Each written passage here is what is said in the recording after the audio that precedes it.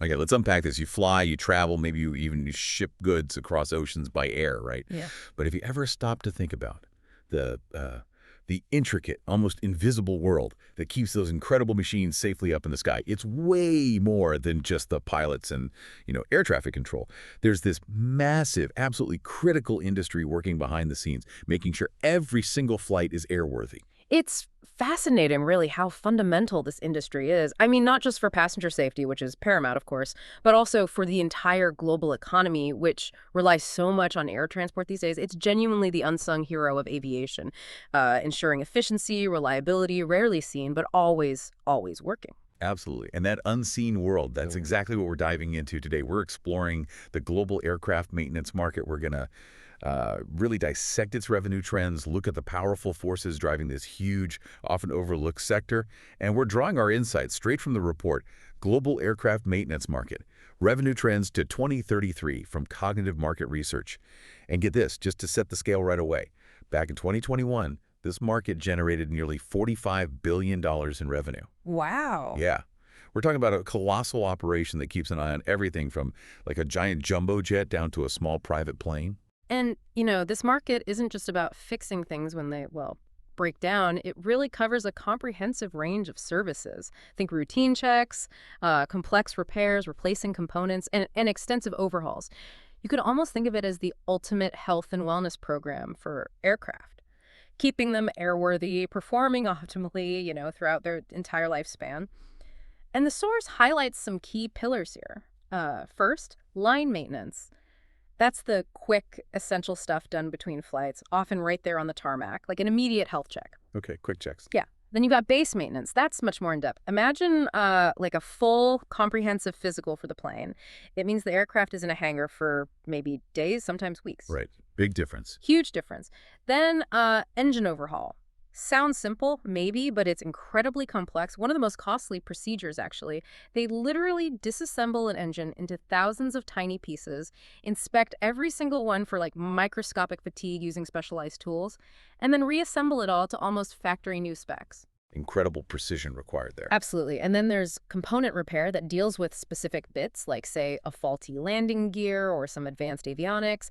And finally, airframe services, focusing on the plane's actual structure, its integrity. So connecting this to the bigger picture, it's all about making every flight not just safe, but also super efficient and cost-effective for the airlines. So it really sounds like this isn't just fix it when it's broken. It's this sophisticated, proactive health management system for these complex machines.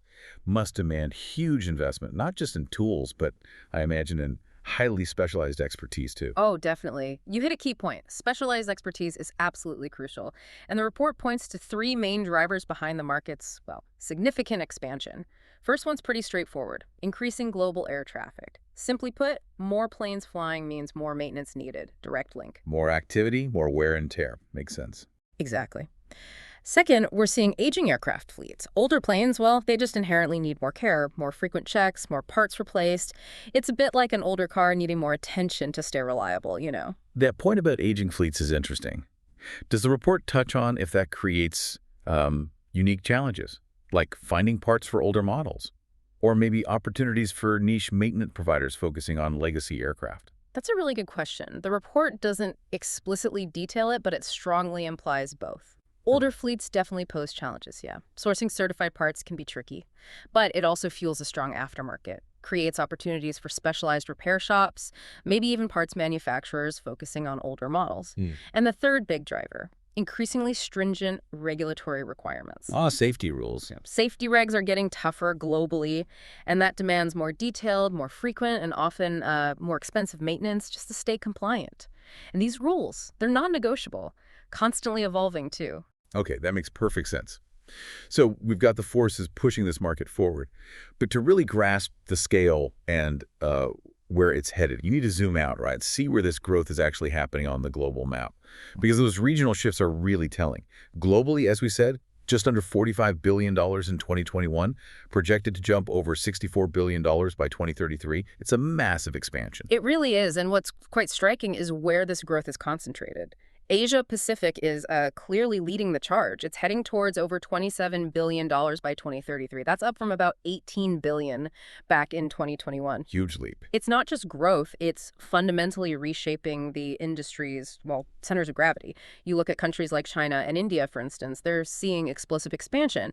China's projected to hit over $8 billion and India nearly $5 billion by 2033. Yeah, and Japan's significant too, moving from around $4.3 billion to over $6.1 billion. Even Southeast Asia collectively grows from under $2 billion to well over $3 billion. Singapore specifically from about $620 million to over $1 billion. This surge really points to, a growing middle class, increasing demand for air travel. And it positions these regions as future hubs, not just for flying, but for the maintenance services too. It's a real rebalancing act globally. That shift in Asia Pacific is really something. But what about the more, let's say, mature aviation markets, North America, Europe? Are they just holding steady, or are they finding new ways to contribute even with their established infrastructure? Oh, they're definitely not stagnating. North America, for example, remains a huge contributor. It's projected to hit nearly $17.7 billion by 2033. That's up from roughly $12.9 billion in 21. So while it's mature, the growth is steady. It's driven by ongoing fleet modernizations and just the sheer volume of air traffic there. And the U.S. is the giant within that region, I assume. By far. The United States is expected to reach over $13.3 billion by 2033, up from under $10 billion. Canada also shows solid growth from about $1.5 billion to over $2.3 billion. And Mexico from $1.5 billion up to over $2 billion. Okay, so strong and steady in North America. And Europe, with its long aviation history, also a big piece of the pie. Definitely. Europe holds a significant slice, forecast to reach over $11.4 billion by 2033. That's up from about $8.5 billion in 2021. It maintains its position as a major hub, characterized by a very sophisticated maintenance ecosystem, really. Any specific country standing out there? Well, you see steady increases across the board. Germany, for instance, is projected to go from about $1.3 billion to nearly $1.7 billion. France from $1.16 billion towards $1.72 billion. The UK also grows from around $1.1 billion to almost $1.4 billion. And Russia shows considerable growth too, from about $1.1 billion up to $1.4 billion projected. This growth in Europe often comes from really specialized, high-value maintenance work. They leverage their technical expertise and, established MRO facilities, that's maintenance, repair, and overhaul. Right, the MRO hubs. So beyond these giants, Asia Pacific, North America, Europe, are there other regions showing maybe surprising growth worth noting? Absolutely. South America, while smaller overall, shows strong momentum. It's projected to grow from roughly $3 billion to nearly $4.9 billion by 2033. Brazil is really leading the charge there, expected to go from about $1.1 billion to over $1.7 billion. Interesting. Yeah, and the Middle East is expanding too. Estimated to reach over $2 billion by 2033. That's partly driven by big investments in new airlines, expanded airports. I think Saudi Arabia and the UAE, Saudi Arabia is the largest there, projected to grow from around $560 million to $660 million. The UAE also showing good growth from $159 million to $213 million.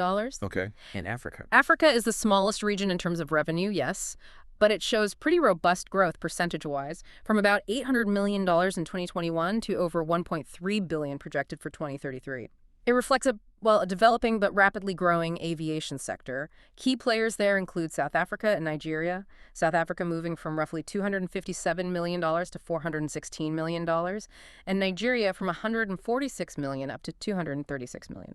So we've just navigated this deep dive into the global aircraft maintenance market, and it's crystal clear this sector isn't just enormous, it's consistently expanding, propelled by these really fundamental forces, more flights, older planes needing care, and those air restrictor regulations. It's a truly vital sector, isn't it? Even if it operates largely behind the scenes, kind of far from the spotlight. It really is. This vital, often unseen sector is just critical for aviation safety and efficiency all around the world. It also paints a vivid picture of how interconnected our global economy is, from the biggest international airlines right down to the smallest, maybe family-run component repair shop somewhere. Yeah. The health and the ongoing innovation within this market. It directly impacts everything from global trade patterns to, your next family vacation flight. So what is this ongoing expansion, this growth in aircraft maintenance, and particularly geographical shifts? What does it tell us about the future of global travel? Does it hint at a future where maybe innovation in just keeping us safely in the skies actually outpaces even the growth in air travel itself? Certainly leaves you thinking, doesn't it? About the sheer complexity and the dedication involved in every single flight you take.